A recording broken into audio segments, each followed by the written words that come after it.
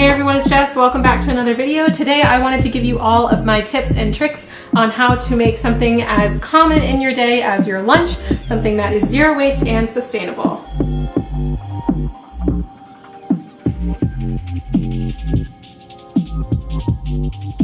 I realize that in a lot of people's day, going out and buying lunch or just skipping lunch entirely is something that is pretty common in most workplaces. However, I have to tell you that if you decide to bring your own lunch, it will A, be better for the environment, B, it'll be cheaper and it'll save you money, and most of the time, C, it will be healthier for you too. So I think that bringing your own lunch is the best option for people. I realize that it doesn't happen every single day, but I definitely think if you started to make an effort to try to bring your lunch as much as possible, hopefully shooting for every day, but if not, just most of the days of the week, then you will be lowering your carbon footprint, you will probably be healthier, and you will know exactly what's in your food, which is something that's really important to a lot of us as well.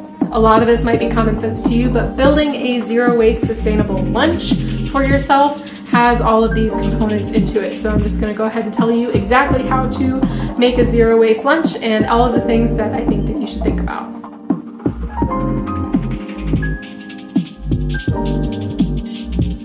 So the first thing that you have to consider is getting a lunchbox. This is a lunchbox that David and I found at the thrift store. This is the one that he uses. Mine's a little bit bigger because I'm a vegan, so I eat more food than he does. Yay, perks for being vegan. But you're gonna need some kind of container in order to bring your lunch in. Some people will just bring one container with all of their food in it, like one Tupperware container with all of their food in it. That's totally fine. David likes to have a little bit of variety in the stuff that he brings, so he brings 2 or 3 different things with him to lunch every day, so he has a lunchbox. You can also use any kind of bag. You can build a canvas bag. You can do pretty much anything that you want, just something that's easy and convenient for you to carry around, and something that's lightweight too, typically is very helpful.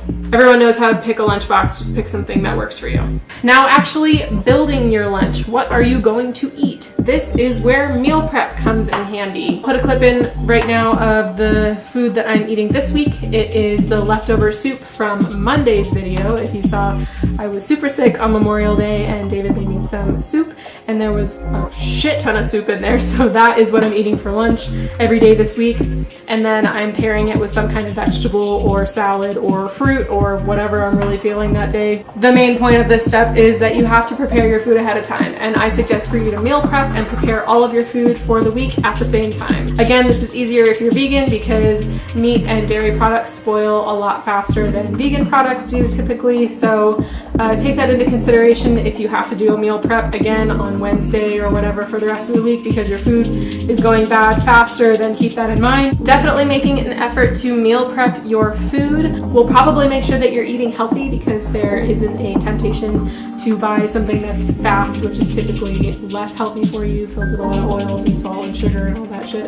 And I will be doing a video soon of my best vegan meal prep meals, so keep an eye out for that. But for now, just think about the foods that you like to eat for lunch. For me personally, I like to eat a lot of Mexican food for lunch, like big Mexican salads, so I can make those ahead of time and pack them in said lunchbox. So you have a container to put your lunch in. You have your lunch. The third thing that you need to think about are your utensils. This includes silverware, this includes napkins, this includes a drink receptacle, all that kind of stuff that you have to think about. And if you take just a couple of very simple extra steps, then you will make your lunch completely sustainable and zero waste. So one of the things that David absolutely loves about having a zero waste lunch is the fact that he brings silverware from home.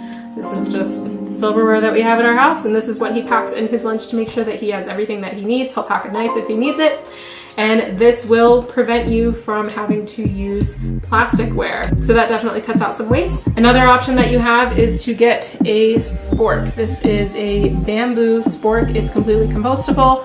I bought this online. I will leave a link to it down below. These come in super handy. They travel very easily. They're very small.